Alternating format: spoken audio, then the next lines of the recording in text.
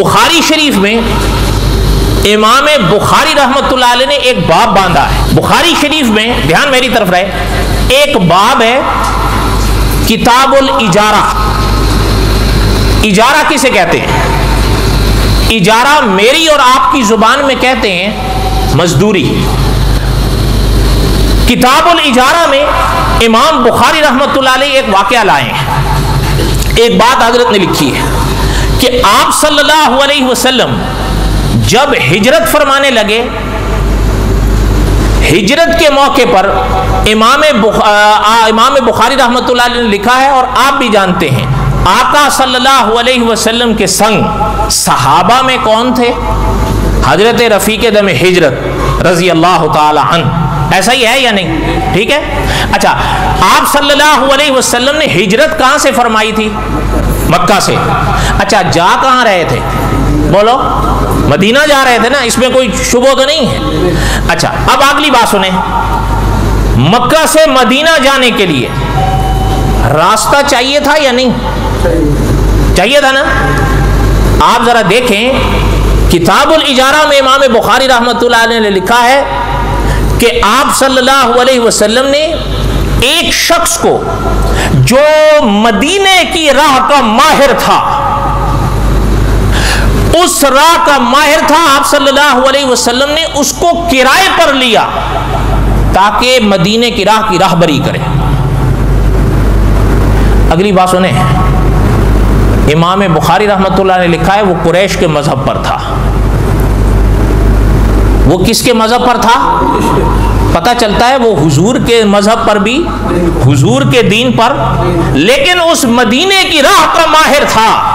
آقا صلی اللہ علیہ وسلم نے اس کو لیا. مولانا ظہور الباری نے اس حدیث کی شرح میں لکھا ہے کہ عرب کے راستے اس زمانے میں دشوار تھے. اس وقت کہیں سفر کے لیے، خاص کر عرب کے لیے، ایسے ماہرین کی ضرورت پڑتی تھی جو عرب کے راستوں سے خوب واقف ہوتا تھا، اور وہ کرائے پر ملا کرتے تھے اس زمانے میں. آپ صلی اللہ علیہ وسلم نے بھی کرائے پر اس شخص کو لیا تاکہ مدینے کی راہبری کرے.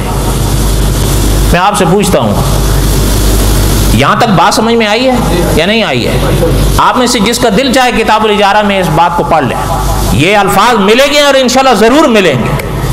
میں آپ سے پوچھتا ہوں، جو عالم الغیب ہوتے ہیں ان کو بھی دوسروں کے راہ کے راہبری کی ضرورت ہوتی ہے؟ بولو. نہیں سمجھ آئی بات؟ اب اللہ کرے آپ سمجھیں. اب ایک چیز تو میں نے پہلے کہا نا، ایک تو یہ ہے نا کہ میں محبت میں اور جوش میں نہیں جی بس وہ تو یہ تو دیوبندی ہیں، وہابی ہیں، مانتی نہیں. لیکن ذرا ٹھنڈے دل سے سوچیں. یہی وجہ ہے کہ جب اس طرح کے واقعات سامنے آئے ہیں تو ان کے ایک بہت پڑھے لکھے، جن کو بعض اکابر نے فرمایا کہ واقعہ پتہ چلتا ہے کہ علم اس کے پاس تھا، حتیٰ کہ شیخ العرب والعجم نے حرم میں فرمایا کہ اس کی تاریخ پڑھنے سے پتہ چلتا ہے کہ علم اس کے پاس تھا لیکن پھٹک گیا. مولانا منظور نعمانی رحمۃ اللہ علیہ نے بوارق الغیب کے مقدمے میں لکھا ہے کہ اس نے لکھا ہے کہ آپ صلی اللہ علیہ وسلم عالم الغیب اس دنیا سے پردہ فرمانے کے بعد ہوئے ہیں. کیوں؟ اس لیے کہ اس طرح کے واقعات کے کیا جواب دیں گے وہ؟ آپ کوئی دے سکے تو سوچ لیں. آخر اس طرح کے سوالات کو مانا تو رکھتے تھے جس سے وہ تنگ آ کر یہ لکھ گئے کہ آپ صلی اللہ علیہ وسلم عالم الغیب اس دنیا سے پردہ فرمانے کے بعد ہوئے ہیں. ہاں، یہ اگلی بات ہے کہ استاذ العلماء علامہ خالد محمود صاحب اپنی کتاب میں لکھتے ہیں کہ پھر یہ سوال ضرور پیدا ہوتا ہے کہ آپ صلی اللہ علیہ وسلم تو اس دنیا سے پردہ فرما گئے، اور بقول تمہارے پردہ فرمانے کے بعد عالم الغیب ہوئے ہیں، تو حضور علیہ الصلوۃ والسلام اس دنیا سے پردہ فرمانے کے بعد عالم الغیب ہوئے ہیں، یہ عقیدہ تمہیں کون بتا گیا ہے؟ حضور تو پردہ فرما گئے، اور جبرائیل امین تو حضور کے بعد آئیں گے نہیں؟ آئیں گے. بولو تو صحیح، او بولو نا، آئیں گے.